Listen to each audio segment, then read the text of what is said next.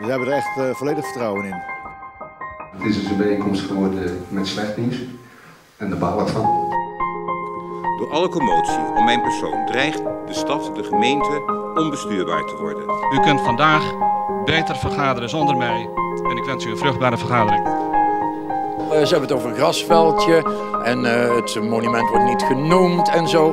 Dat is politiek, hè? Nee, dat is gesjoemel, weet je wel. Het gaat erom hoe kunnen ze met minder mensen, minder sigaretten nog steeds goede winst maken.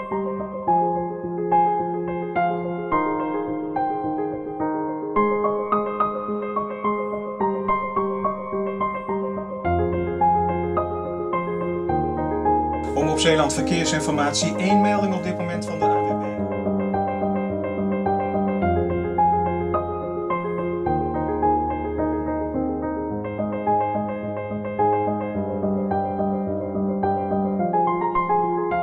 Je hebt er geen spijt van, toch?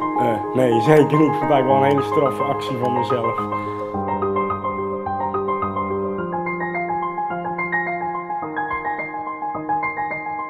Je beseft er eens hoe dankbaar je moet zijn dat je hier staat. Vanmorgen rond 8 uur vonden op 3 plaatsen tussen Arnemuiden en Heinkensand kettingbotsingen plaats, waarbij zo'n 150 voertuigen waren betrokken. Het werd uiteindelijk de Koningin Beatrixlaan, waar in één klap 9 huishoudens in totaal ruim 21 miljoen euro rijker werden.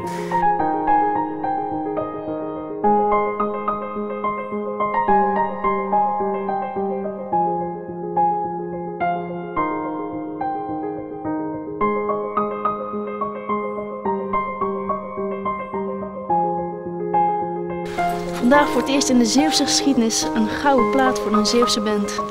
Ja, geweldig hè. We zijn erg trots. Erg trots. Ja, daar sluit ik me aan. Dat is makkelijk. Het is gewoon je leven. Je bent wel je hobby kwijt hè? Ja, ja. Dus Jaden, geniet.